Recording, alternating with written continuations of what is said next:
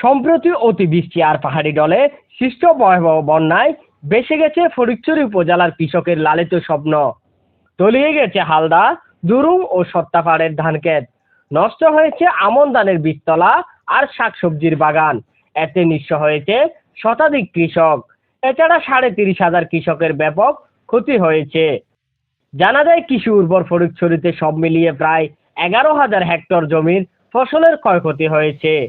ভয়াবহ বন্যায় বেশি ক্ষতি হয়েছে উত্তর ও মধ্য ফটিকছড়িতে।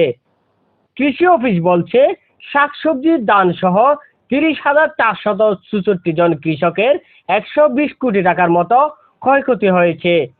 মন্ত্রণালয় ও কৃষি অধিদপ্তরে পাঠানো হয়েছে প্রতিবেদন। প্রণোদনা এলে ক্ষতিগ্রস্ত কৃষকের মাঝে তা পৌঁছে দেওয়া হবে। নিজেদের ভান্ডারে বেশ কিছু বীজ রয়েছে, তা কৃষকদের মাঝে বিতরণ করার কথাও জানানো হয়। সরজমিনে গিয়ে দেখা যায়, উপজেলার ১৮টি ইউনিয়ন ও ২টি পৌরসভার আনুমানিক ৩০০ থেকে ৩৫০টি গ্রাম বন্যায় প্লাবিত হয়েছে। পানি কমতে বেরিয়ে আসছে বন্যার ক্ষতচিহ্ন। বানের জলে ভেসে আসা বালুতে চাপা পড়েছে ধানের ক্ষেত। এছাড়া পানিতে ডুবে নষ্ট হয়ে গেছে আমনের আবাদও।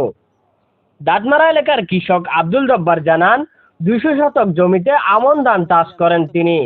তার জমির সব ধানই পুরোপুরি ক্ষতিগ্রস্ত হয়েছে। প্রায় ৩ বিঘার মতো চাষ করছিলাম। এখন তো আমার পুঁজি ফাটা সব শেষ, মানে লোন নিয়ে চাষ করছিলাম। এখন আমার কাছে কোনো জমা তোলা কোনো কিছু নাই। যদি সরকারিভাবে কোনো সহযোগিতা পাই, তাহলে আবার নতুন করে এখানে আবাদ করার ইচ্ছা আছে। একই এলাকার কৃষক দিদার জানান, এবছর আমনের আবাদ করেছেন ২৮০ শতক জমিতে। তার সব ফসল নষ্ট হয়ে গেছে বন্যার পানিতে।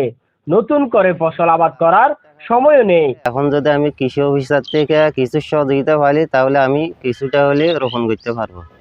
উপজেলার অনেক কৃষক ঋণ করে এবং ব্যাংক থেকে লোন নিয়ে কৃষি ক্ষেত করেছিলেন, কিন্তু বন্যার পানিতে সব ভেসে যাওয়ায় তাদের চোখে মুখে এখন অমানিসার ঘোর অন্ধকার।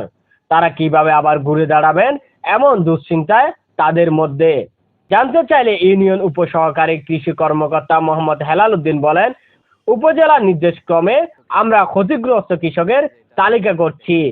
যেটা বিশেষ করে বাগান বাজার দাঁতমারা ইউনিয়ন এই বন্যার মূল প্রবেশপথ ছিল, যে দিক দিয়ে এই বন্যাটা গেছে পলি সহ অন্যান্য এই আবর্জনা পড়ে আমাদের আবাদি জমি সহ ফসলি জমি নষ্ট হয়েছে। এর মাঝে একবারে সরাসরি নষ্ট হয়েছিল প্রায় ১৫ থেকে ২০%। এটা কিছু কৃষক রিকভারি করে ফেলেছে ইতিমধ্যে। তিনি আরো জানান, তাদেরকে বীজ ও সার সহ সব ধরনের সহযোগিতা করা হবে।